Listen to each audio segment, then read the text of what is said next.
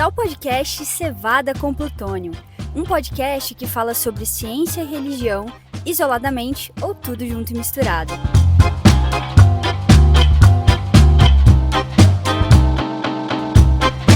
Bom dia, boa tarde, boa noite a você que está escutando aqui mais um podcast Cevada com Plutônio, onde a gente procura trazer mais do conhecimento para todas as pessoas, né? Um pouco mais de sabedoria da verdade, para que a gente possa cada um construir um tijolinho de conhecimento aqui e acolá, que a gente possa, né, cada vez mais trilhar nesse caminho da verdade. Aqui quem fala é Ednardo, hoje eu estou de anfitrião aqui desse programa e eu também trago aqui nossos amigos. Apresenta-se, amigos aí. Tá, pessoal, boa noite, bom dia, boa tarde. Vou usar aqui das palavras do Ednardo, né? Não me prender ao horário. É uma alegria estar com vocês aqui, é a primeira vez que eu participo do podcast e espero conseguir contribuir na discussão. Agradeço aí o convite. Beleza. Tô aí de novo, né, pessoal? O Alex aqui falando que às vezes tá de host, às vezes tá de comentarista. Hoje eu tô de comentarista aqui. Obrigado, Ednardo, pelo convite. E eu quero só fazer um comentário, tá? Antes de partir para o tema desse podcast de hoje. No último episódio que nós gravamos, o episódio 13, a gente falou sobre o clima espacial, né? Foi o Thiago Vicente aqui que foi o host desse podcast, eu participei também. A gente gravou no dia 4 de maio, tá? O May the 4th. E publicamos o podcast, então, na quinta-feira, né? A quinta-feira é, portanto, dia 9 de maio. E no dia 10 de maio, tá? Que foi sexta-feira, ontem no caso, que estamos gravando para esse podcast no sábado 11, deu a maior tempestade solar magnética dos últimos 20 anos. Nós chegamos no grau 5, numa escala que vai de 1 a 5. Então eu pergunto para você, qual é o podcast que faz profecia na sua vida? Nem o outro, só o nosso, né? Então escuta a gente, escuta o Cevada com Plutônio, porque é o seu podcast. E divulga para todo mundo também, né? Obrigado, Ednardo. Então vamos lá. O nosso convidado de hoje, o Alesi Mendes, ele é engenheiro civil e mestre em engenharia ambiental pela Universidade Federal do Tocantins. E agora ele tem feito doutorado em tecnologia ambiental e recursos hídricos na Universidade de Brasília. Antes da gente começar, Alesi, eu gostaria que você explicasse um pouco o que é engenharia ambiental. Porque engenharia civil todo mundo tem noção, vamos construir prédio. Engenharia elétrica, a gente vai trabalhar com pás elétricas, né? E engenharia ambiental, como é que é isso? A gente constrói um meio ambiente, a gente constrói uma savana, constrói um cerrado, como é que é isso? Rapaz, que pergunta, já começando assim. Primeiro eu quero dizer que tomara que... Não sei se você já comentou o tema do nosso podcast de hoje, mas tomara que a gente não siga no mesmo rito profético que o Alex colocou aí do episódio passado. Rapaz, eu tenho que um dia contar para o nosso ouvinte, uma vez em 2011, que eu preguei sobre terremotos na igreja lá de Laje, Santa Catarina, e uns 3, 4 dias depois deu aquele terremoto de Fukushima. Eu acho que eu que sou o culpado, hein? Misericórdia. De nada.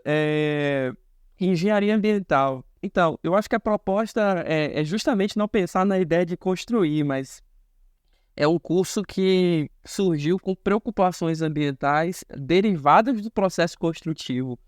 Como é que nós podemos repensar o ambiente que é tão alterado antropicamente pelas ações do homem? Vamos generalizar essas alterações com a palavra construção aqui para seguir a dinâmica. E como é que a gente pode preservar o ambiente urbano ou repensar o ambiente urbano para que os danos dessas construções sejam mitigados. Eu diria que é uma ideia razoável pensar na engenharia ambiental nesse âmbito. Então, uma vez que ela já está construída, né, ela já está diante de nós, na verdade, o pensamento é como é que nós podemos repensar o espaço, o ambiente, e não afligir tanto o ambiente natural com as intervenções antrópicas. Então, a ideia surge dessas preocupações aí. Só deixando claro que intervenções antrópicas que o Alesi está falando, eu entendo, Alesi, me corrija se eu estou errado, são intervenções humanas, é isso, né? A mesma coisa, né? Perfeito. Qualquer intervenção no ambiente natural foi provocada pelo homem, né? A construção de uma cidade que recheia o ambiente natural aí com essas coisas e tudo mais, mas são modificações que são causadas pelo homem no ambiente natural. Então vocês são um pouco de Adão e Eva. Vocês têm que cuidar do jardim, tem que estar ali morando, cuidando das próprias vidas, né? Seguindo a vontade de Deus, né? Mas também tendo que cuidar do jardim, é isso? Cuidar do jardim, essa é a verdade. Às vezes eu fico até com receio de dizer, porque assim, como vocês sabem, o tempo que nós temos no mestrado, ele é muito menor comparado com a graduação comum e com o doutorado, né? Eu levei pouco menos de 2 anos no meu. Então, eu fui muito mais, vamos dizer assim, disciplinado em termos de engenharia civil do que propriamente na engenharia ambiental. Mas essa preocupação com essas questões que envolvem o meio ambiente, sobretudo que envolvem a água, foram sendo desenvolvidas no final da graduação e eu percebi, não, eu acho que eu tenho que me dirigir um pouquinho para essa área. E foi aí que eu acabei procurando o mestrado na área de engenharia ambiental para lidar com essas temáticas de forma mais profunda, né? Mas sim, nossa preocupação é com o ambiente. Então imagino que vocês têm que pensar, você usou a palavra construção, né?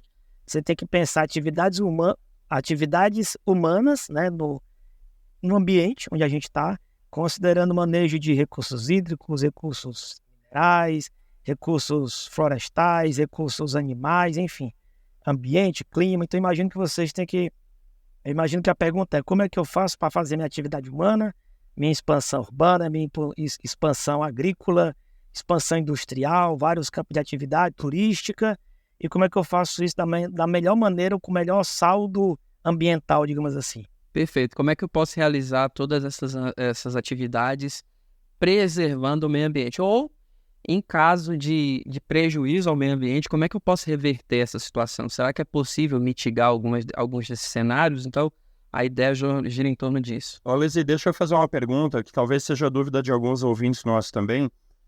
O que você entende com uma estratégia de preservação ambiental bem sucedida, assim, mas bem rápidas palavras, tá? Porque não é o objetivo do podcast hoje, mas só para entender. Porque, por exemplo, assim, eu posso chegar numa cidade, eu tenho lá, sei lá, eu tenho uma cebolinha plantada na sacada do apartamento. Eu posso dizer que eu estou com esse risco ambiental mitigado, né? Eu estou atingindo o meu objetivo, né, da sua disciplina que você estuda. Deixa eu ver, eu não sei nem se eu usaria a palavra preservação, Alex, porque nesse contexto que a gente vive, o que a cidade fez realmente foi tomar o espaço urbano. Exatamente, né? Não tem mais preservação onde tem cidade, né? Eu acho que a ideia mais interessante e tem sido uma ideia muito discutida nos últimos anos, nós temos pelo menos 2 agendas importantes que foram lançadas nas Nações Unidas e que o Brasil, inclusive, se tornou signatário, que é a Agenda 2030 de Desenvolvimento Sustentável e a Nova Agenda Urbana. Ambos são pactos globais que foram tomados aí pelos países que fazem parte das Nações Unidas para repensar um modelo de desenvolvimento que seja mais... A palavra que tem sido usada mais em voga, eu acredito, é sustentável, né? Mas sustentável é uma palavra que tem muitas conotações. Mas a ideia é como é que nós podemos pensar a presença humana de uma forma mais integrativa com o ambiente. Como é que nós podemos, por exemplo, resgatar algumas características de antes da urbanização nesse ambiente que hoje é urbano. Aí você me perguntou, o que você nesse processo consideraria uma medida bem-sucedida?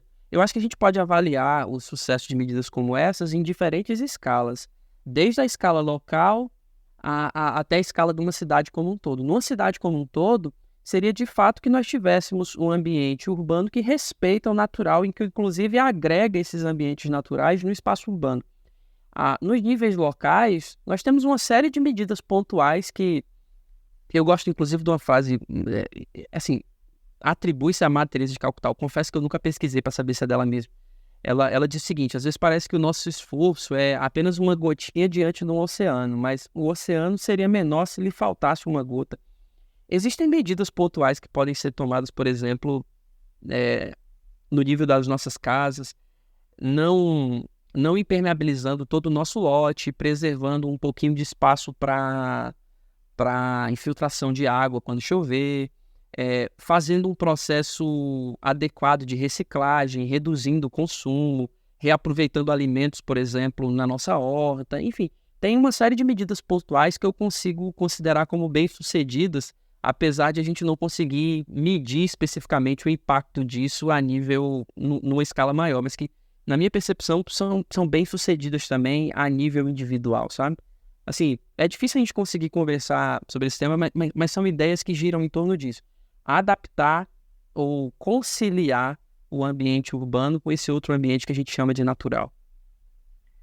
O que a gente tem percebido nos últimos anos, né? Vou pegar aqui os últimos 10 anos do nosso país, nessa brincadeira nesse jogo ambiental, né?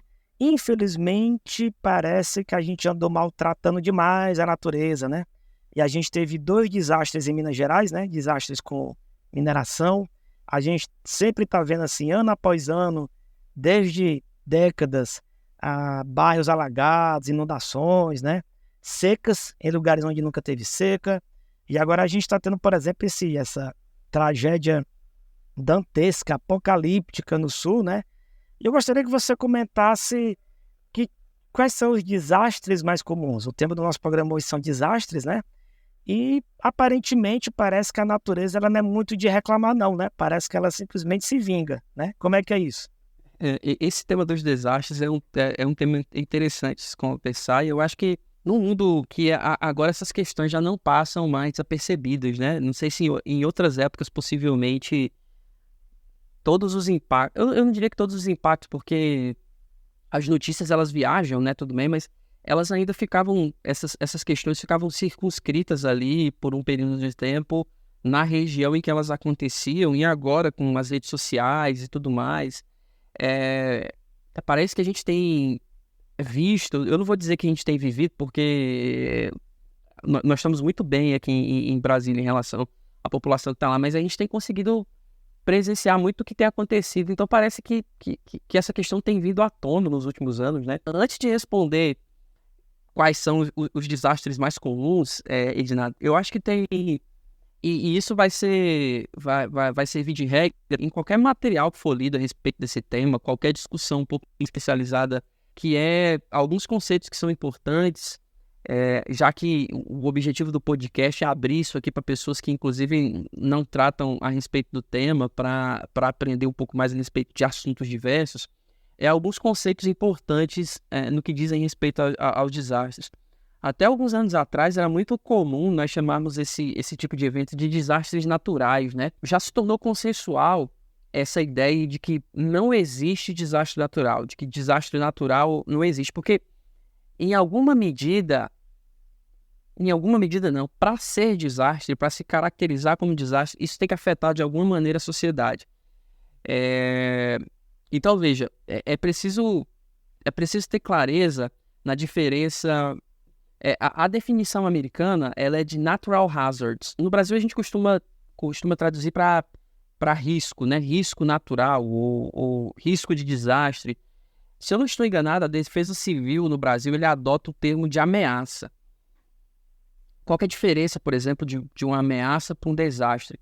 Uma ameaça é um processo natural que pode ou não ter uma potencialidade, um potencial de causar dano. Vou me utilizar do exemplo. Vamos imaginar que lá na região de Amazônica, uma região isolada, que não tem ninguém vivendo, acontece uma chuva torrencial, cai árvore, derruba não sei o que. Isso é um desastre? Não é um desastre porque não afetou ninguém. Mas futuramente a água pode... Não, estou me atendo aqui ao evento local ali, que ficou isolado. Isso não é um desastre, isso é um evento natural que aconteceu, choveu muito, o espaço recebeu essa chuva, se adaptou e tudo mais. Quando essa mesma chuva ela afeta uma cidade, nós temos aí o encontro de duas coisas: uma ameaça natural, que foi uma chuva muito intensa, e uma vulnerabilidade social. A cidade não estava preparada para lidar com essa chuva, você tem pessoas vivendo em situação de vulnerabilidade, onde não deviam, e aí quando você junta essas duas incógnitas numa equação, né? Uma ameaça e a vulnerabilidade é o que você tem, quando você tem um desastre. É bom fazer essa clarificação, porque você me perguntou, olha, quais são os desastres mais comuns no Brasil? Então, quando a gente estiver falando de desastre, em maior ou menor escala, esses eventos, essas ameaças, elas afetaram a sociedade de alguma maneira. E há vulnerabilidade, seja por questões geográficas, seja por questões climáticas, seja por questões sociais, econômicas. Havia ali vulnerabilidade de alguma maneira, alguém falhou na assistência a essas pessoas, e elas foram afetadas por essa ameaça. Então, é bom ter essa clareza com relação a esse assunto. Agora sim, depois de enrolar muito para responder a pergunta, quais são os desastres mais comuns no Brasil? Não, melhor, eu iria perguntar, vocês têm alguma ideia, vocês chutam? Tem algum chute de qual seria o desastre mais comum no Brasil? Olha, falando como leigo aqui, Vale político não, né? nem o meu Ceará, nem meu Vasco, viu? Também não vale não. Mas eu creio que, vendo o jornal como leigo, eu imagino que são cheias, queimadas, né? Desmoronamentos, deslizamentos, pelo menos é o que eu... seca, né? Que eu sou do Nordeste, então seca é uma coisa que sempre nos ronda. Eu imagino que são esses 4, né? Dos 4, você acertou 2 que estão ali no top 3. 2 que estão no top 3. Dos 4, 2 que você citou lideram a lista. Os desastres com maior número de recorrência no Brasil são as secas e as estiagens, assim, classificando esses 2 como o primeiro. E o segundo são as enchentes. Eu vou colocar inundações no mesmo bolo também, porque tem uma diferença entre inundação e enchente, mas as enchentes graduais ou bruscas, e elas entram aí no segundo bolo. O terceiro são vendavais. São desastres classificados aqui no Brasil como meteorológicos. Então, assim, esses são os 3 desastres mais comuns. Você falou que é do Ceará. O Ceará é um dos estados que dentro daquela região geográfica que a gente conhece como semiárido, historicamente padece no país com problemas de seca, né? Historicamente. Muitos nordestinos migraram do Nordeste para outras regiões do país justamente por conta das secas, né? Essa é uma realidade que você está... E eu acho interessante você falar isso porque, olha só, quando você fala assim de um desastre, você pensa talvez inconscientemente em uma situação aguda, né? Como o caso de uma enchente. Porque veio a enchente, começou a chover lá no Rio Grande do Sul, questão de minutos, de no máximo horas, você já tem uma situação calamitosa. Isso quando não se fala de um deslizamento, né? Como muitas vezes está associado a esse tipo de intempérie aí também. Agora a seca ela vai se instaurando aos poucos, né? Porque é uma falta de chuva, então ela vem chegando. A seca parece ser um problema um pouco mais crônico, né? Então, assim, isso só me chama a atenção como a gente tem que ter a nossa mentalidade aberta para enxergar efetivamente o sofrimento das pessoas, os riscos que nós estamos expostos, né? Até para a gente poder abordar essa problemática com as estratégias adequadas, né? Porque senão a gente se preocupa só com um conjunto, né, de problemas climáticos e acaba, às vezes, até esquecendo, deixando assim num patamar de não tanta importância, alguma coisa que efetivamente sim tem muito impacto, né, na vida, na economia, né, e enfim, todo o desenvolvimento do país. Tá, e assim, nunca é uma questão que é isolada. A gente fala sobre a questão da seca, mas junto com esse problema derivam-se muitos outros problemas.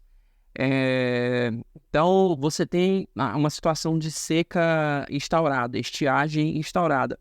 Logo, você tem um outro problema social e sanitário muito complicado, que é o desabastecimento. E em decorrência desse, você tem uma série de outros problemas na matriz energética do país. Então, é um desastre que, em sua ocorrência, acarreta uma série de outras questões.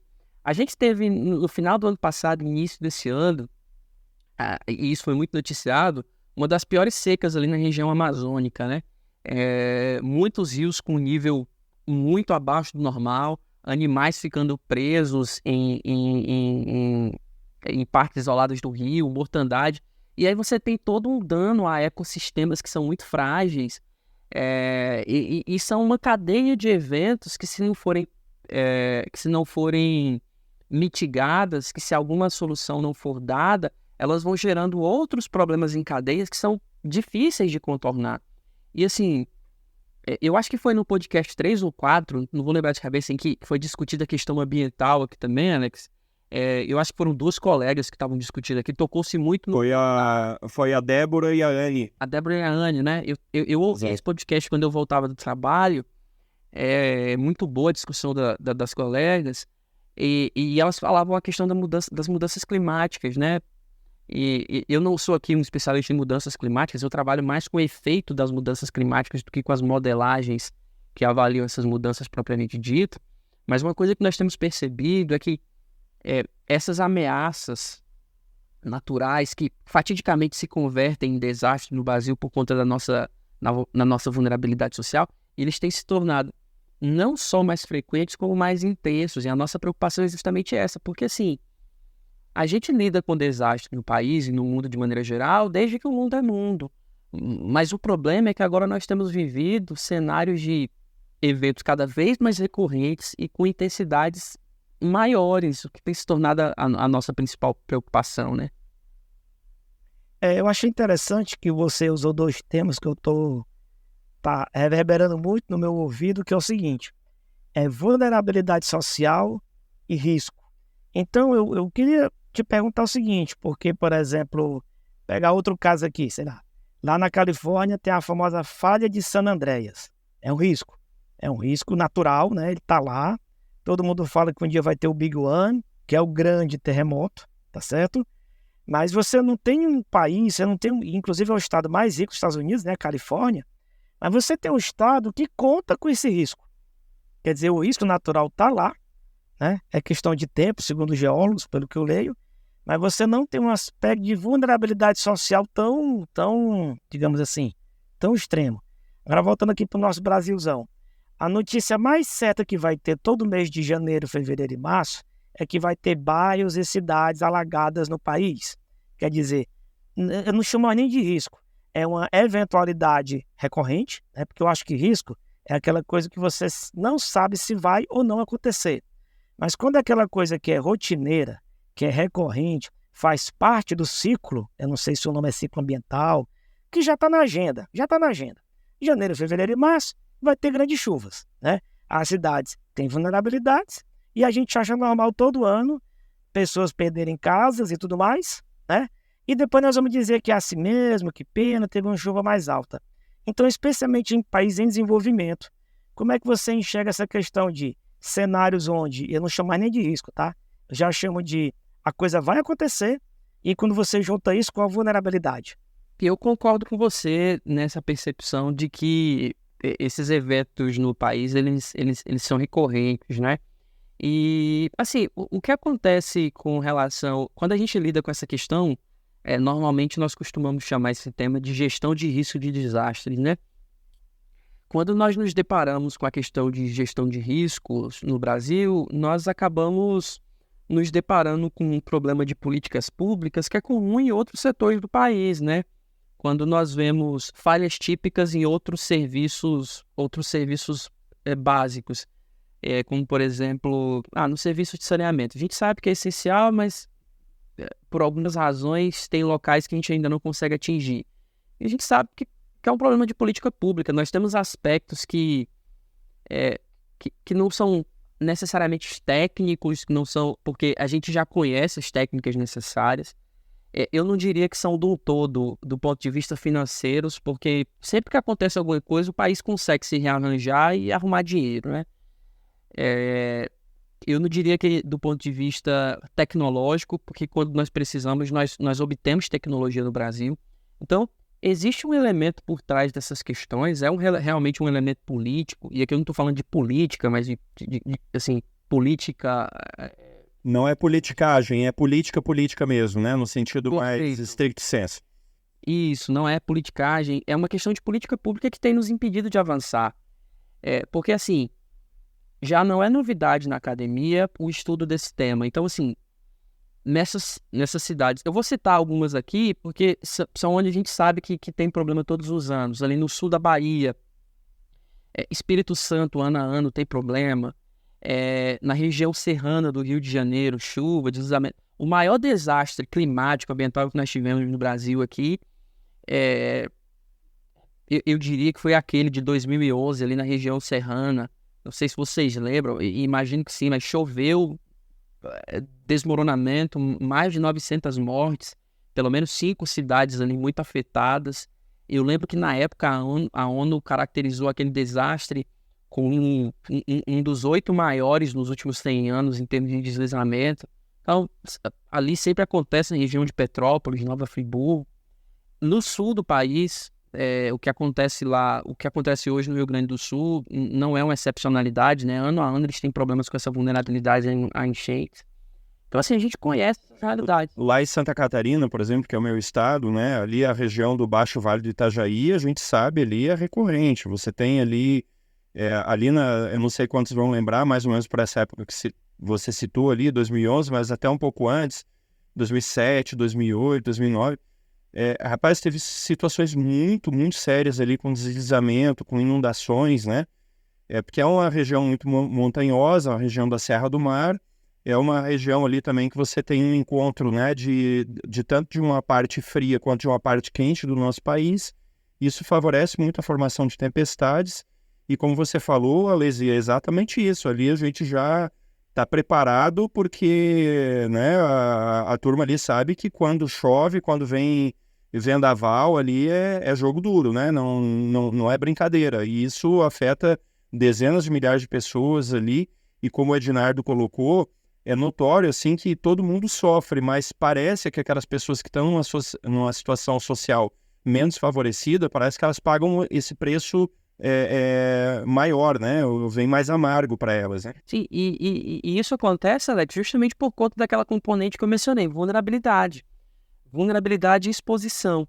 Quem tiver mais exposto e quem for mais vulnerável vai sofrer consequências maiores da concretização dessas ameaças, né, quando os desastres vierem. Então, assim, uma coisa que eu imagino que não seja novidade para nenhum de nós aqui que tá batendo esse papo e para quem está nos ouvindo. As cidades brasileiras, elas cresceram de maneira geral em processos de urbanização que são um pouco descontrolados, né? Poucas dessas cidades... É muito generoso, né? Um pouco, rapaz. Obrigado aí pela parcimônia. A gente tenta tomar cuidado quando tá falando desses assuntos, né? Enfim, a gente vai... Não, mas tá certo, é isso mesmo, é isso mesmo. A gente vai falando desse jeito. Mas se nós fôssemos bater o martelo, assim, as cidades planejadas que a gente comenta, né? Brasília, Palmas, a capital do meu estado, Tocantins. Mas as outras passaram por um processo de urbanização extremamente turbulento, com pressões imobiliárias que mandaram as populações mais pobres para as áreas periféricas e sem infraestrutura. E essa realidade, as consequências por trás dessa realidade são vistas em eventos como nós vemos, né? Então, quando um desastre vem, estamos falando de chuvas aqui e desmoronamentos. A ameaça só se torna um desastre quando uma pessoa está morando numa região em que ela não deveria morar, num morro, por exemplo, numa área de risco geológico. E aí ela não tem opção, ela foi deslocada do centro da cidade por pressões imobiliárias ou por outras questões, ela está vivendo à margem ali, né, nas regiões periféricas, e ela constrói a casa num lugar como esse. Chove, desliza, temos um problema aí. E, Alesi, eu queria fazer um comentário, porque eu profissionalmente não assim, a minha formação é administração e TI, né? Mas, assim, hoje eu trabalho com risco, né? E quando você fala de risco, isso para mim faz muito sentido, por quê? Porque hoje a gente trabalha com risco no nível corporativo, e eu fico pensando assim, poxa, mas será que não é questão do governo, né? Ter uma estratégia, eu não sei como, sinceramente eu não sei, tá? De repente até você pode esclarecer isso para a gente. Como é que é em nível de política pública os governos desenvolvidos, né, dos países desenvolvidos, comparativo com o nosso? Porque, assim, a gente sabe, né, que a mudança climática é um fato. Assim, né, claro, a gente respeita aquelas pessoas, né, que têm uma outra visão, etc e tal, mas, assim, para a gente está muito claro, está muito nós estamos muito convictos que existe, né, uma questão de aquecimento global que está mudando muito o perfil climático do planeta como um todo. Nós já estamos vivenciando, né, aquele futuro que antes era distópico, mas agora já é uma realidade, já é o nosso presente. E eu fico pensando assim, o quanto seria importante que os governos tivessem planos de contingência, né, que é algo que a gente trabalha muito no risco corporativo. Você ter planos de gestão de crise, né, para todo mundo que é da área de risco, sabe muito bem do que eu estou falando, né? Eu tenho um plano de gestão de crise, eu tenho planos de contingência, por exemplo, assim, olha, aconteceu uma catástrofe, já que a gente já sabe, Alesi, conforme os dados que você trouxe aí, A gente já sabe quais são as principais incidências, né? A gente sabe que terremotos no Brasil, por exemplo, são muito mais improváveis de acontecer numa escala significativa. Por outro lado, nós sabemos que, como você falou, né, as secas, as inundações, os deslizamentos, os incêndios florestais, etc., são muito mais comuns. Pandemia, né? Pandemia agora que já entrou no nosso rol aí, que não tem a ver com clima, mas também está na questão aí de contingências, né, nacionais. Então a gente tem um plano de contingência, saber o que pode acontecer e numa eventualidade a gente está preparado, ou um pouco melhor preparados, né? Preparado eu acho que a gente nunca está, mas melhor preparados para esse tipo de cenário, né? E assim, um dia, até, Ednardo, fica aqui uma provocação para a gente fazer um podcast sobre cristianismo e risco, né? Ah, que coisa mais chata. Não, é totalmente a ver, porque o que a gente tem muito ouvido, né, na nossa membresia? Ah, não, ó, isso é muito frequente no meio cristão, né? Ah, não, Deus cuida, né? Ah, não vou me preocupar porque a gente tem que confiar, tem que ter fé porque Deus cuida. Deus cuida, é claro que cuida. A Bíblia fala isso de capa contra capa.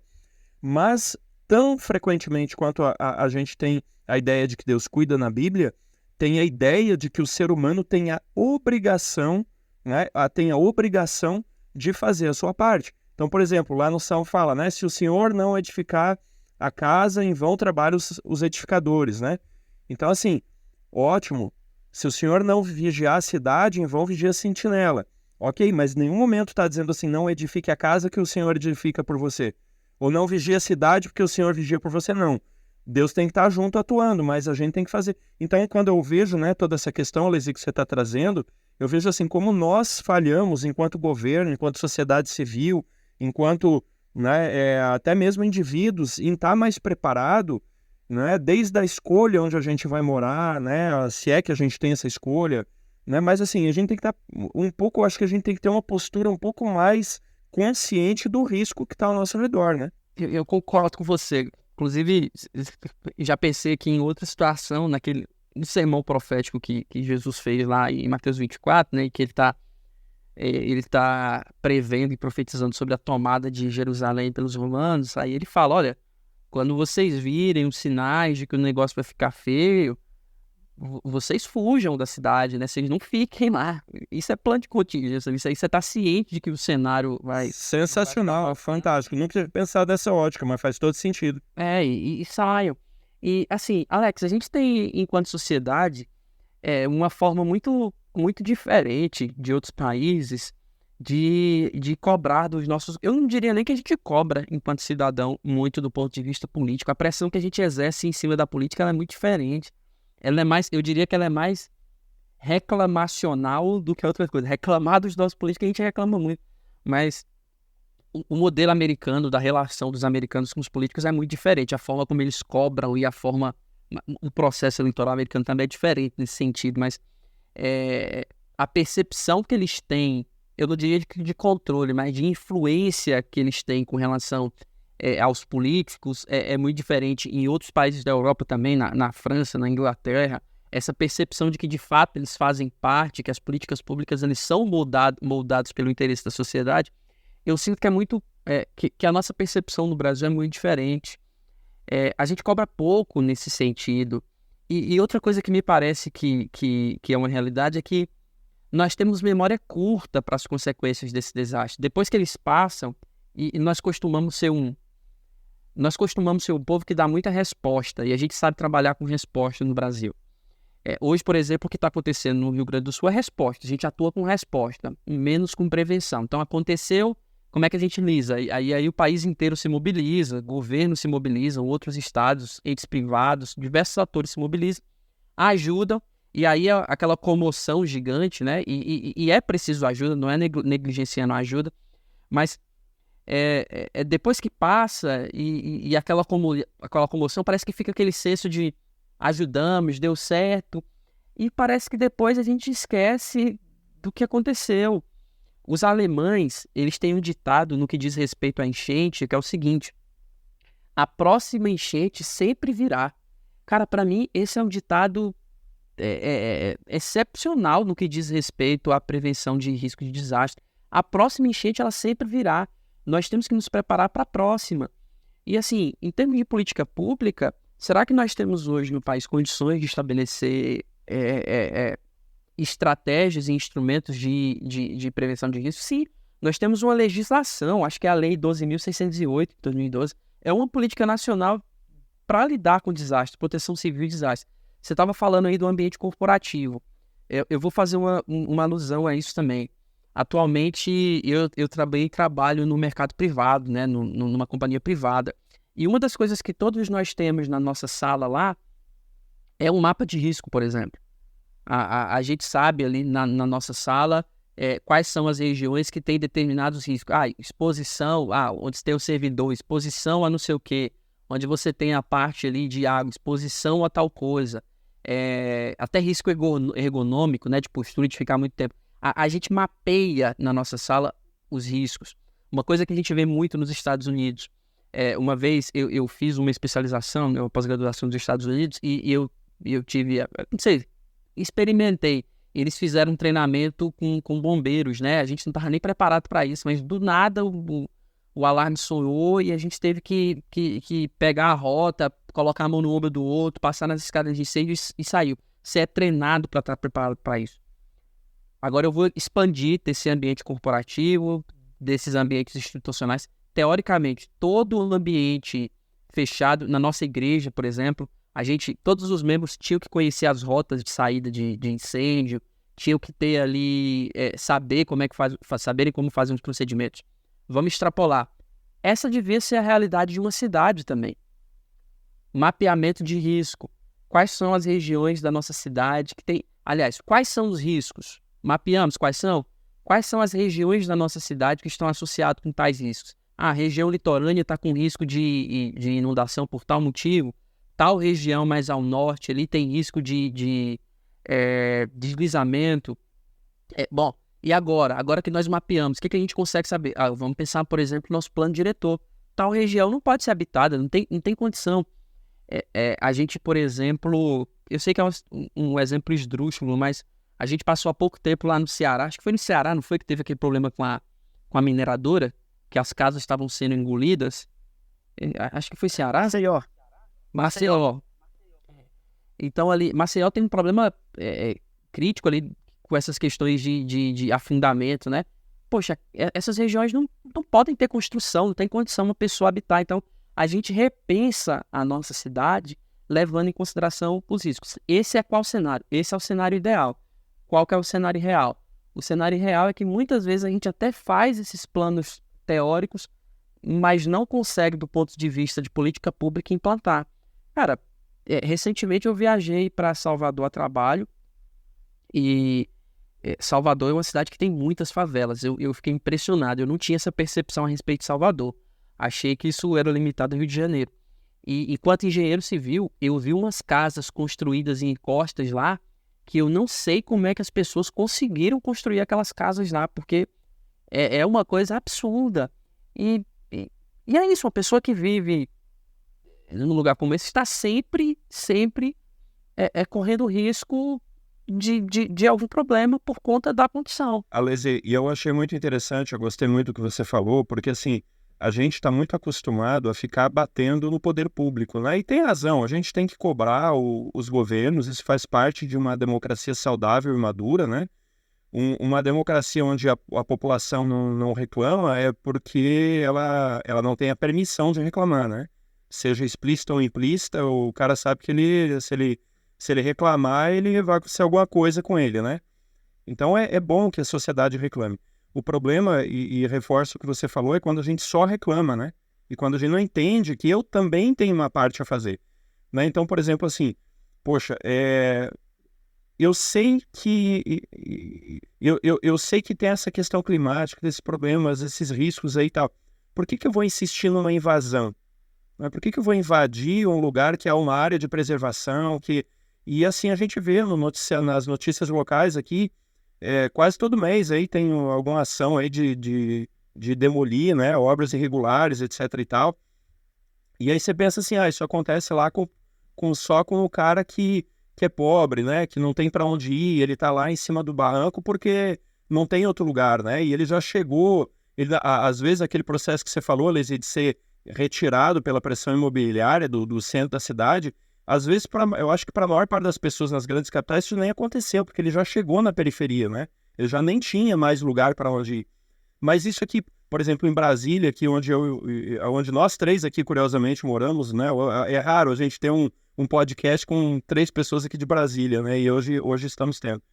Em Brasília, que vocês sabem que a invasão aqui, por incrível que pareça, ela ocorre por parte da pessoa de posse, né? Claro que não todas as invasões, mas uma boa parte. É impressionante como em Brasília você tem invasões, você tem condomínios irregulares, e eu não estou falando de casebre, não, estou falando de casas muito boas, com piscina, com todos os requisitos aí daquilo que a gente consideraria uma residência de alto padrão. Então você vê como esse problema é amplo, ele é complexo, ele não é de fácil solução, porque todo mundo vai cobrar o poder público, mas ninguém quer deixar de invadir, ninguém quer sofrer uma relocação. O cara invade, isso a gente via também em Florianópolis, né? Quando eu morei lá, você via assim, uma invasão num local de altíssimo risco, como você falou, Alesi, né? E aí estão construindo aquelas palafitas, né? E tal, lá num lugar ali que qualquer chuva ali pode ameaçar a vida daquelas pessoas. Aí vai lá um político, né? Ah, vai ter uma eleição, vou precisar me reeleger aqui e tal. Vai lá, asfalta, leva energia elétrica, leva encanamento, são coisas boas, ok? Eu não estou me posicionando contra isso, mas eu estou dizendo assim como essa situação é extremamente complexa, porque aí o cara começa a pagar IPTU, ele está morando no lugar irregular, mas está pagando IPTU. Então, assim, o governo até perde a legitimidade de poder chegar pro cara e dizer assim, ó, sai daqui porque tu não pode estar aqui. O cara tá pagando IPTU, alguém levou lá energia, levou água e tal, né? E eu não tô dizendo que esses caras têm que ficar sem água, pelo amor de tudo que é sagrado, não é isso que eu tô falando, tá? Mas, assim, é para mostrar que não existem respostas fáceis, tá? A situação é muito complicada e a gente tem que pensar, e eu fico feliz que tem uma área da academia, e a Alesi, né, como a sua área, que está se preocupando com, quem sabe, para oferecer soluções, né? Ou caminhos possíveis, e que as pessoas, nós, né, que somos ouvintes aqui, participantes, somos a sociedade, que a gente não assuma uma postura tão passiva e a gente comece realmente a tomar decisões melhores para a nossa família, para a gente mesmo e para a sociedade como um todo, né? Não, com certeza. E esse é um tipo de tópico que é difícil você, assim, eu vou dizer que é frustrante nesse sentido. Quem pesquisa é frustrante nesse sentido, porque às vezes quando a gente está na academia, o objetivo é ter sucesso assim, obter respostas positivas para as hipóteses que nós formulamos, né? Mas é o tipo de tópico que é difícil você estudar, porque um resultado positivo envolve dimensões que são complicadas de você conseguir colocar em movimento. A inércia por trás dessas questões é muito grande. Lidar com desastres é uma questão difícil no país porque ela envolve temáticas delicadas como a da habitação, como você mencionou, Alex. Depois que uma pessoa está morando em determinada região, é muito difícil dela ser realocada. Veja, eu sei que não é bom, a gente também não fica tentando pegar o holofote usando o cenário da tragédia e tudo mais, mas é difícil de discutir essa questão, mas e às vezes é bom discutirmos também, porque como a maioria das pessoas vai estar ciente da situação, fica um termo em comum. Mas a questão da cidade de Porto Alegre, por exemplo, né? Porto Alegre é uma cidade que, por uma série de fatores, ela é uma cidade suscetível. Ela foi construída e boa parte dos municípios ali ficam em regiões, olha que sugestivo, em regiões que são chamadas de várzea de inundação. Ou seja, são regiões que são naturalmente suscetíveis a problemas com enchentes. Então, qual seria a solução ideal para a ocupação de uma área que é naturalmente suscetível a inundações? Seria relocação. Mas como é que você tira uma cidade inteira que tem sua história, uma história para um país, lembranças afetivas, que são coisas das pessoas, né? Como é que você tira tudo isso e coloca em outro lugar? Aí você começa a perceber que a solução para determinadas questões, ela passa por elementos que são difíceis de você conseguir lidar. O melhor cenário, eu diria, o cenário ideal para lidar com desastres é você não ocupar áreas de risco. Mas aqui a gente está falando de uma percepção muito utópica, né? Desculpa, um comentário, né? Dizendo que quando você falou área de várzea de alagamento, não é isso? Isso mesmo. Eu lembrei disso. Várzea de inundação. Por que me chamou a atenção? Os egípcios, em torno do rio Nilo, há quase 5.000 anos, já sabem que tem área de inundação. Tipo, os egípcios, na época de Abrão, né, já tinham todo o cuidado de como manejar o rio e seus ciclos hídricos, né? E parece que a gente, 4.000 anos depois, não aprendeu nada, né? Não, com certeza, isso não é uma novidade, não. Eu sou professor numa universidade aqui de Brasília e eu dou uma disciplina, eu ministro uma disciplina que é a disciplina de hidrologia, né? Nós temos aqui, ele é uma sumidade nessa área, é o professor Tucci, né? Carlos Eduardo Moreira Tucci. Ele escreveu um dos materiais mais importantes de hidrologia no país e ele comenta muito essa questão das inundações. Uma coisa que é interessante quando a gente fala de rios, né? A nossa sociedade como um todo, ela cresceu ocupando as proximidades dos rios por facilidade, fazendo outra alusão bíblica, né? Quando Babilônia foi tomada, uma das estratégias de Ciro foi justamente desviar, eu não lembro o nome do rio, não sei se é o Eufrates, depois se vocês dois souberem aí, vocês me corrigem, mas ele desviou um dos rios que passava por dentro da cidade e ele conseguiu entrar com os exércitos, né? Então, tipicamente, a gente constrói, a gente cresce próximo dos rios. Só que os rios, além da calha comum, ele tem uma segunda calha que é justamente aquela área que a gente chama de área de transbordamento. E de tempos em tempos, o professor Tucci costuma dizer que de 3 a 4 anos, um rio, por conta de chuvas, ele transborda. E aí, ele excede as suas águas da sua calha principal para essas áreas de inundação. Isso é natural, o rio precisa disso para lidar com esse excesso de água. Qual que é a questão? Olha um outro termo comum, campinho de várzea. Por que a gente sempre tem um campo de futebol na várzea? Porque a várzea, via de regra, é uma área muito plana. Você precisa manejar muito pouco solo para conseguir trabalhar com ela, né? Você não tem grandes inclinações. Geralmente é uma área plana, então é uma área fácil de ocupar. Nessas cidades grandes, São Paulo, por exemplo, a gente tem a Marginal Pinheiros, a gente tem a Marginal Tietê. A gente sempre costuma colocar uma marginal, uma rodovia, margeando o rio. Por quê? Porque as margens do rio são regiões planas, você precisa manejar muito pouco solo, fazer corte, aterro e tal, você precisa trabalhar muito pouco. Aí entra aquela questão que a gente discutiu de novo, né? Se não tivesse ninguém ocupando ali, não era desastre, era um evento natural. O rio transbordou.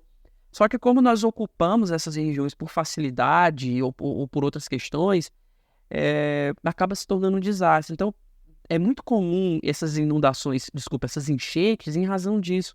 Essas áreas que são muito planas são ocupadas por N razões, vulnerabilidade, mas também por facilidade de uso. E aí, já que eu toquei, vocês entraram num terreno perigoso, porque a área que eu estudo aqui essas partes voltadas com rios e questões hidrológicas e tudo mais. Um outro problema típico que nós temos em cidades grandes, que é o caso típico de Minas Gerais, é o tamponamento dos rios. Então a cidade vai crescendo, o rio vai se tornando um estorvo. Qual que é a solução? Vamos canalizar os rios, né? Minas Gerais tem rios que são quase que inteiramente na área urbana canalizados, não só canalizados, tamponados. Eles passam plataformas sobre os rios. E aí, de tempos em tempos, vem aquela chuva que a gente não estava esperando, volumes muito altos por conta das mudanças climáticas, e a cidade inteira é alagada. Tem uns vídeos no YouTube que são impressionantes dos rios canalizados de Minas Gerais. E aí, o que as pessoas estão começando a falar? Olha, nós temos que repensar o modelo que nós construímos as nossas cidades e tentar resgatar nessas cidades características de antes do processo de ocupação, porque senão a gente não vai lidar com a natureza. Então, a gente já tem começado a entender, e essa é uma realidade, por exemplo, na China. A China, as grandes cidades chinesas passaram por esse mesmo problema. Cidades extremamente ocupadas, cidades extremamente adensadas e extremamente impermeáveis. Aí eles começaram a criar um conceito. Qual que é o conceito? Cidade esponja. Poxa, a gente precisa potencializar a infiltração nas nossas cidades, senão a gente não vai dar conta de lidar com a água da chuva. Eu queria fazer para a gente seguindo a questão de desastre, a gente abordou bastante questões de prevenção, como eles acontecem, mas vamos lá, vamos para a vaca quente agora. Pegar um caso como o do sul do Brasil, poderia ser outros, como foi deslizamentos em Minas Gerais, pronto, desastre aconteceu, né? A gente pode discutir futuramente como evitar que isso aconteça, falamos bastante sobre isso, mas o desastre aconteceu. Você poderia explicar para a gente um pouco sobre como é que é o sistema de resposta brasileiro, especialmente, para desastres no nível municipal, estadual, federal, como funciona? Porque, por exemplo, um caso rápido, eu sou diretor de desbravadores, tá? Eu sempre gosto de contar esse exemplo.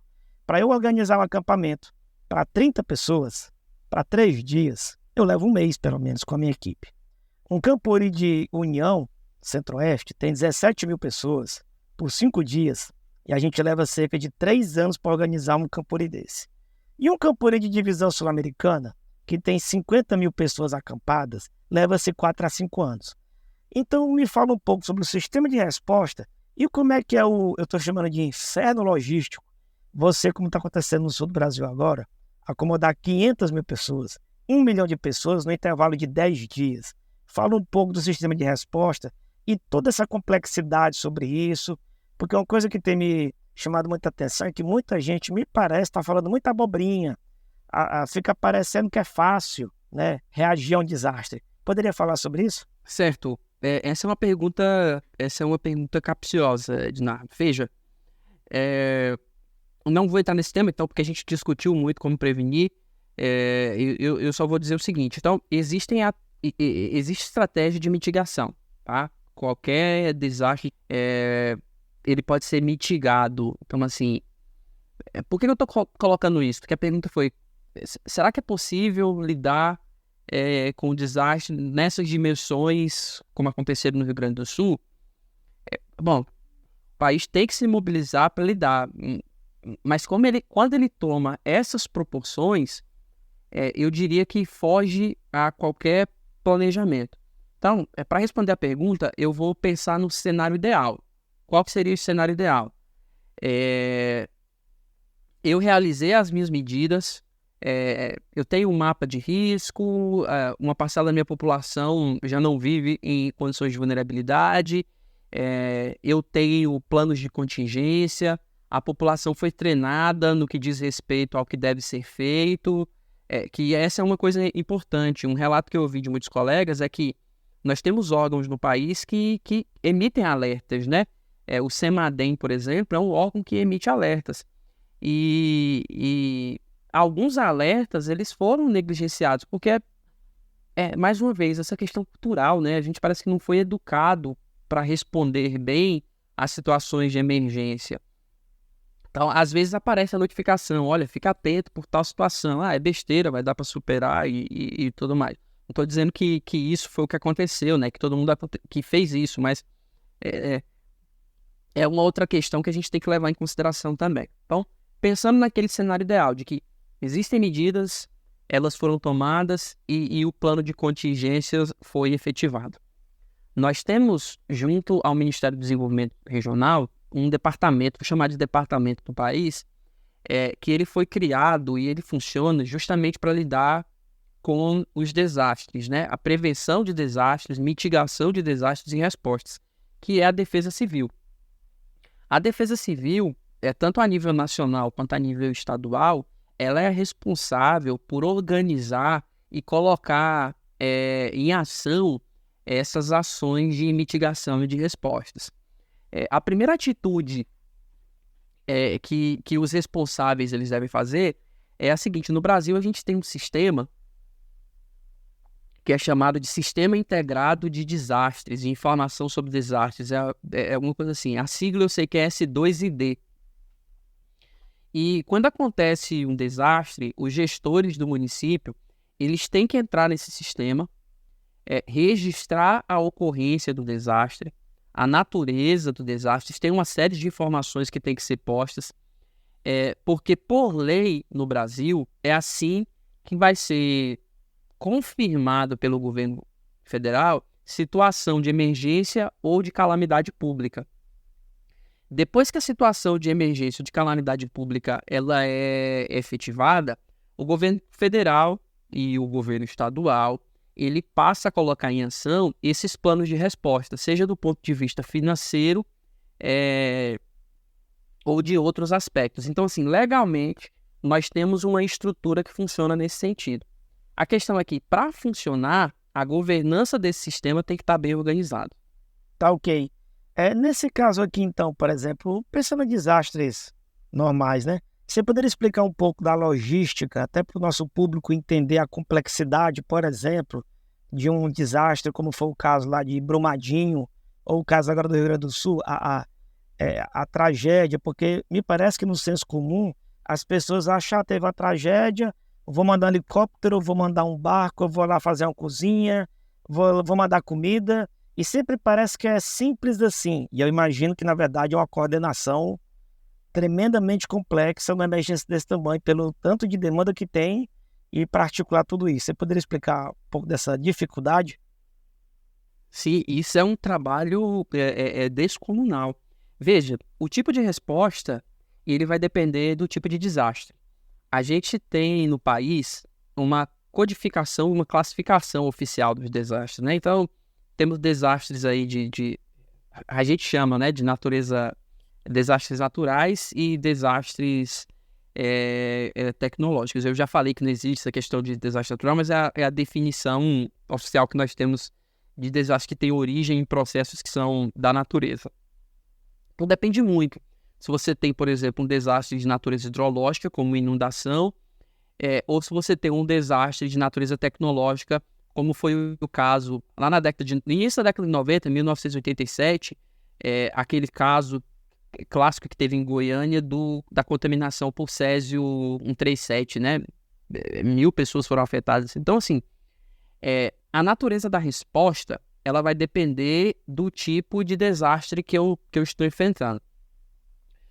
Esses desastres do tipo hidrológicos, como enchentes, deslizamentos, eles têm uma natureza mais complexa, eu diria, para a estruturação das ações, por conta de impedimentos, eu não vou chamar de naturais, mas do próprio processo. Por exemplo, num caso de uma enchente tão potencializada e abrangente como foi a enchente no Rio Grande do Sul, você tem uma dificuldade logística muito grande, porque o acesso ele é praticamente por balsa, por jet ski ou por outros meios náuticos de movimentação. Então, você fica extremamente reduzida, porque todo o teu acesso terrestre, que eu diria que é a maior força que nós temos no país para agir com resposta, ele fica limitado. No caso de um desastre por deslizamento, também o contingenciamento para você lidar com aquelas áreas que são muito afetadas é muito difícil. Então, um primeiro ponto que é difícil é o ponto logístico. Realmente, você tem que mobilizar equipamento e mão de obra que vem de outros locais. Veja, eu acho que no último balanço do Rio Grande do Sul, dos 497 municípios que compõem o estado, 435, eu acho, tinham sido afetados. Então, veja, o estado por si só não consegue alocar, ou não tem, 445, não tem tanta gente para lidar com um desastre de dimensões tão grandes. Então, você precisa do suporte de outros entes federativos, mandar corpo de bombeiros, mandar pessoas que trabalham na defesa civil, voluntários capacitados, engenheiros, médicos, veterinários. Oi, Alex. E eu acho que tem a gente sempre vê a participação do Exército. Eu estava pensando aqui enquanto você estava falando, porque a situação é a seguinte, a situação é muito parecida com a situação de guerra mesmo, né? Porque quando você está numa situação de guerra, o Exército ele já está secularmente já preparado para lidar num terreno que ele não conhece ou que ele conhece pouco, né? Que a paisagem se transforma depois de um desastre desse, que a gente sabe, né? Então em certa forma, um terreno desconhecido.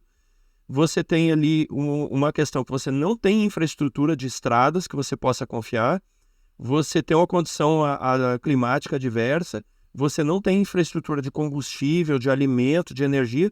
Então, assim, é uma questão militar mesmo que acaba sendo configurada, e você precisa de uma estratégia para abordar essas questões, é uma estratégia de guerra, não nada menos do que isso, né? Quando você está falando de um desastre aí de grandes proporções, né? Não sei se você concorda, se eu estou trilhando o caminho errado aí. Não, você está absolutamente certo. E as Forças Armadas do Brasil prestam um serviço fundamental nesses aspectos.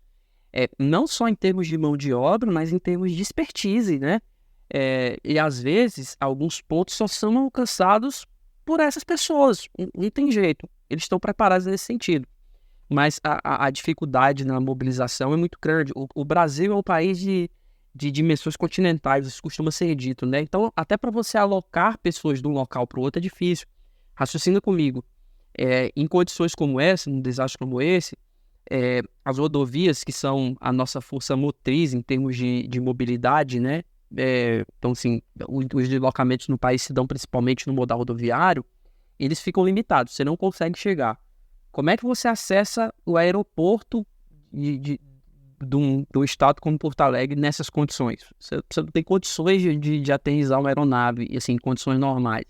Então, você consegue perceber uma série de limitações que são impostas pelo desastre. Agora é um cenário de total desespero e despreparo? Não deveria ser. Por quê?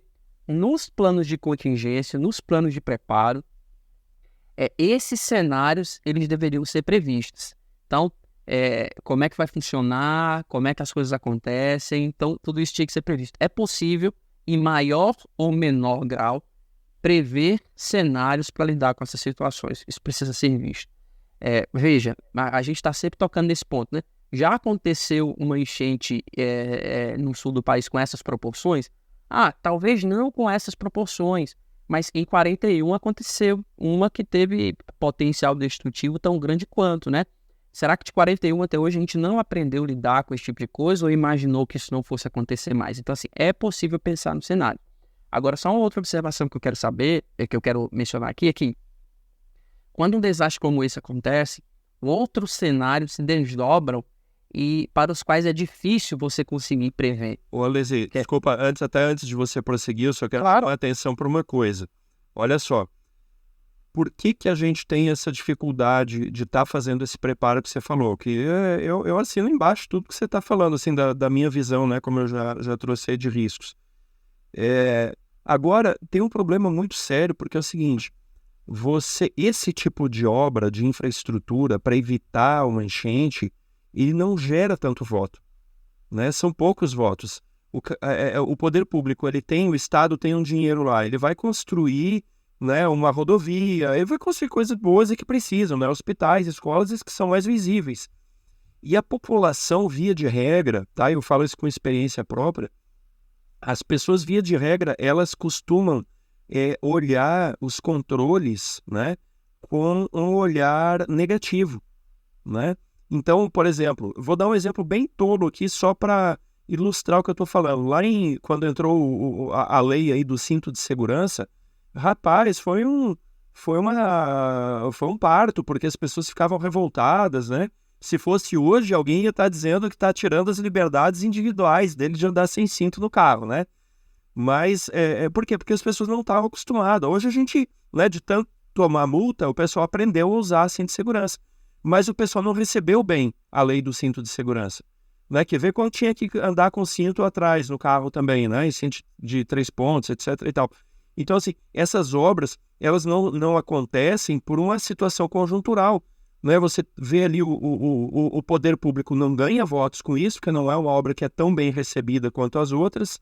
Medidas extremamente impopulares, como você relocar pessoas de situação de risco, isso gera protesto, e a televisão lá, mesmo a televisão lá que vai dizer, onde é que está o poder público que não fez nada, quando tem uma relocação de pessoas que estão em situação de risco, é capaz de ir lá fazer uma reportagem criticando o governo também. Então a imprensa, né, vive nessa esquizofrenia que ela não sabe o que ela quer da vida, né? E fazendo assim uma crítica construtiva, porque a gente acredita na imprensa livre, tá? Isso fique bem claro aqui pra gente.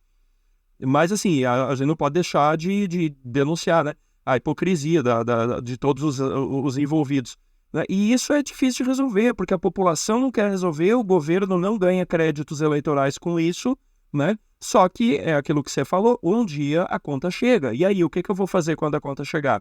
aí não tem muito o que fazer, porque o preparo, como o Ednardo trouxe aqui, né, você pensa em um Campuri, né, que é um evento gigantesco, mas compara com a cidade, compara com o estado, né? Olha, é um preparo de décadas, né? Não diria nem de anos, é um preparo de décadas. E, assim, é percepção minha, né? Nós não estamos preparados para esse tipo de evento. Não estamos. E eu vou comentar 2 pontos aqui, Alex, importantes nesse sentido, e que a tua discussão, que bom que ela não ficou de fora desse nosso papo aqui.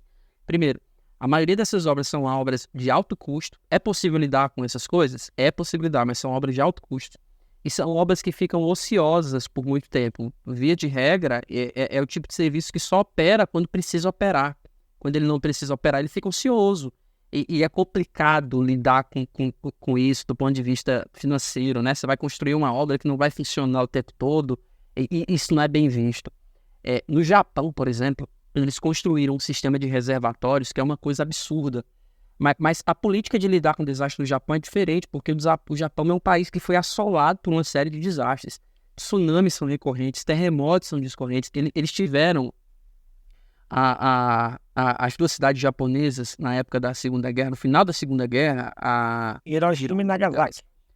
Perfeito, Hiroshima e Nagasaki são uma população que estão acostumados a lidar com essas destruições e se reconstruir, e eles sabem quanto isso é custoso. Eles construíram um sistema para lidar com enchentes e tsunamis que é um projeto absurdo, é um dos maiores reservatórios que eu já vi na minha vida. Eles têm um poço de 70 metros, é um prédio enterrado para lidar com água, só funciona quando tem enchente. Assim, né, só funciona quando está enchente, ele está ali o tempo todo, mas é um sistema que, quando não precisa, ele fica ocioso. Na casa dos bilhões de dólares um projeto, uma construção que levou 14 anos.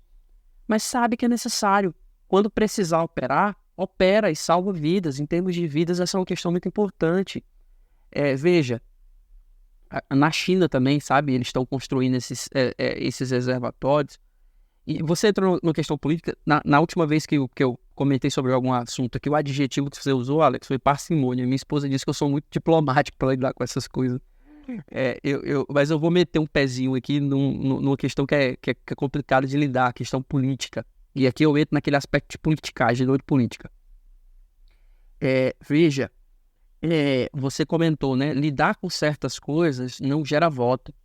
E eu digo para você, a impressão que eu tenho, aí eu vou colocar aqui um disclaimer, né? Isso é a opinião do Alesi.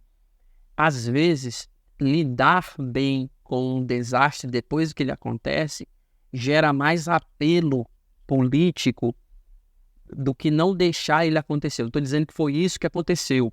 Assim, não é isso que eu quero acontecer, mas esse é um tema delicado, mas é uma incógnita que fica no plano de fundo que também é uma realidade. Poderíamos fazer vários programas sobre esse tema, mas para a gente ir para o encerramento, Alesi, eu queria que você deixasse, de repente, aqui para a gente, sei lá, 3 dicas, sei lá, como governantes, como cidadãos, como vítimas, fica à vontade. O desastre chegou, e agora? O que é que você podia deixar para a gente aí de dicas? Tá, então vamos pensar nas esferas, né? Bom, do ponto de vista particular e emergencial, e aqui eu vou fazer a questão de mencionar isso, eu diria que a questão principal, né, é buscar o amparo divino acima de qualquer outra coisa. Deus tem cuidado de nós, Deus tem cuidado dos seus filhos. E é o seguinte, num cenário como esse, numa cidade bem preparada, e eu acredito que foi o caso de Porto Alegre, é o caso de outras cidades quando isso acontece também, nós temos órgãos do governo que fazem notificações, dão alertas. Eu diria que um primeiro ponto importante ter em mente que aquilo realmente está acontecendo. Eu estou procurando a palavra certa, assim, mas a ideia é aquela de que ter consciência da seriedade por trás desses alertas, né? Às vezes a gente pensa, bobagem, isso nunca aconteceu na minha cidade, ou a maioria dos jovens, por exemplo, que vivem lá no Sul, nunca tinham evidenciado uma situação como essa, né? Não tinham nascido na década de 40. Então, levar com seriedade esses alertas, levar com seriedade esses avisos que são dados pelas entidades públicas, tá? Seja pelo CEMADEM, seja pelo CPRM, né? Seja pela própria Defesa Civil. Eles têm maneiras de acessar o cidadão. Então, não fazer por menos, entender quando precisar ser realocado. Uma das coisas que nós temos ouvido muito aí das pessoas poxa, perdi muita coisa, né? Mas não perdendo a vida, as coisas podem ser recuperadas, né? Então, assim, do ponto de vista particular para o indivíduo, eu acho que o maior conselho seria esse. Da coletividade, para quem pode ajudar, e para quem pode ser ajudado, saber onde buscar ajuda. Eu sou muito orgulhoso nesse sentido, e aquele orgulho positivo, de nesse sentido fazer parte da Igreja Adventista, porque nós temos uma equipe muito preparada e que, pelo menos eu não lembro, tá? Em alguma dessas situações que foi negligente em atender a comunidade nesse lado, nessa parcela importante que é a ADRA. A ADRA é uma agência da Igreja Adventista que presta um serviço exemplar em termos de assistência nesse tipo de situação. Eles participaram no desastre do Haiti, eles estiveram agora no Rio Grande do Sul ajudando, eles estiveram em outros locais em desastres ao longo do globo e constantemente estão no Brasil fornecendo ajuda. Então, uma segunda recomendação, se você não sabe quem buscar, procure, quando você conseguir, os postos de atendimento da ADRA. É uma agência assistencial da Igreja Adventista que presta esse serviço, que é maravilhoso, e que eu sei que vocês conhecem o trabalho também. Do ponto de vista do governo, é colocar em prática aquelas coisas que a gente sabe, né? Do ponto de vista de política pública. Então, fazer mapeamento das cidades, colocar zoneamentos, fazer de fato zoneamentos. Olha, uma coisa interessante, no último levantamento que o Serviço Geológico do Brasil fez, o CPRN, aproximadamente dos 5.570 municípios do país, apenas 1.600 tinham zoneamento de risco, mapeamento de risco. Isso é muito pouco para um país como o Brasil. Então, colocar em prática essas medidas que nós sabemos. E a última, se me permitem, é o que eu tenho estudado com mais afinco nas minhas pesquisas ultimamente, que são aquelas soluções que procuram repensar o ambiente urbano, né? Essas soluções hoje são genericamente conhecidas como soluções baseadas na natureza, mas vez ou outra são chamadas de engenharia verde, não sei o quê. São soluções. É possível pensar maneiras de se ocupar o ambiente urbano respeitando o meio ambiente, a natureza. É possível respeitar, porque países lá fora já têm feito isso.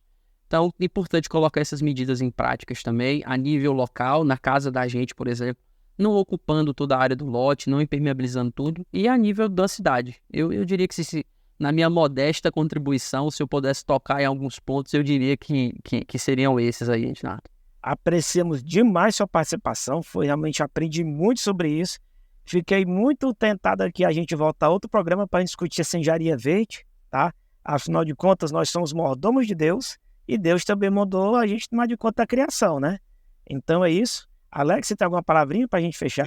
Tenho. Eu quero contar uma história que eu não sei o quanto disso é verdade e o quanto disso é anedota, mas eu acho que um fundo de verdade tem, porque está registrado nos anais da história aí, que lá minha cidade de Lages, né, onde eu nasci, lá em Santa Catarina, houve 3 tentativas de fundação da cidade, sendo que a terceira vingou, né? E diz uma dessas histórias aí, e eu vou ficar devendo aqui o quanto disso é verídico ou não, mas eu creio que é bem possível ter acontecido. Chegou um bandeirante lá, chamado Antônio Corrêa Pinto de Macedo, e estabeleceu uma vila, né, nas margens do Rio Caveiras, lá, que é o rio que passa ali na cidade. Tem o Arroio Cará e o Rio Caveiras, né? E estava lá muito feliz, né, e vivendo a sua vida lá com a vila do lado do Rio Caveiras, e ele viu que tinha os índios caigangues que ficavam lá em cima do morro, né? E ele dizia assim, ó, aquele bicharedo lá realmente é falta de entendimento, né? Porque eles estão lá em cima do morro E a gente, que é um homem branco, esperto, a gente está aqui do lado do rio, que é tudo mais fácil, é tudo mais plano.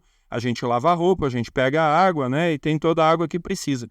Até que veio o inverno e veio a primeira enchente. Aí ele descobriu porque que os índios burros estavam vivendo em cima do morro, né? Então, essa é a nossa realidade. Então, assim, fazendo eco às palavras do Alesi, uma percepção que eu tenho, né, como alguém de fora do assunto, é que faz 6.000 anos que a humanidade está tentando vencer a natureza, né, dominar a natureza.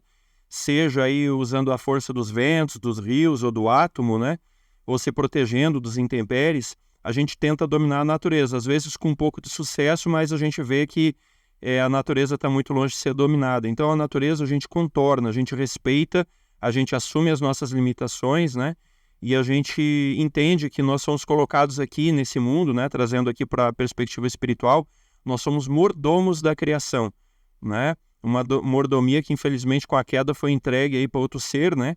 Mas nós somos mordomos da criação, nós não somos os donos e nós não somos os criadores, né? Eu acho que isso tem que nos encher de um pouco mais de humildade, né? Quando a gente olha a nossa posição no universo, no nosso planeta, para que a gente tenha um convívio menos traumático, né? Com essas forças tão poderosas que estão nos cercando a cada instante.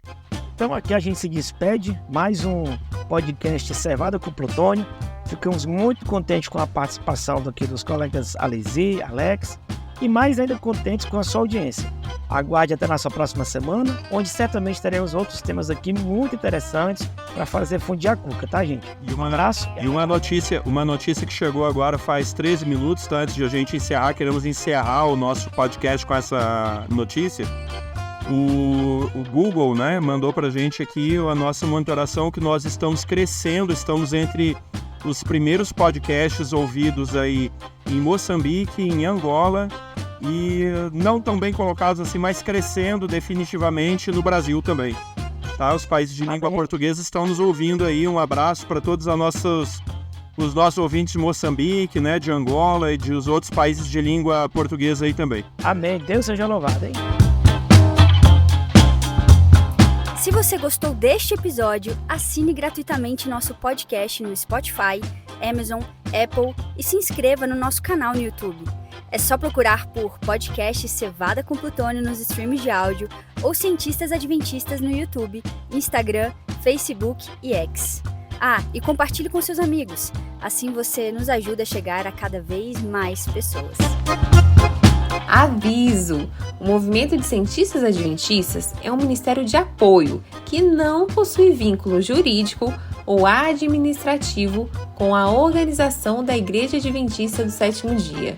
O podcast Cevada com Plutônio não fala em nome da Igreja Adventista do Sétimo Dia, suas instituições, ministérios oficiais, obreiros ou colaboradores.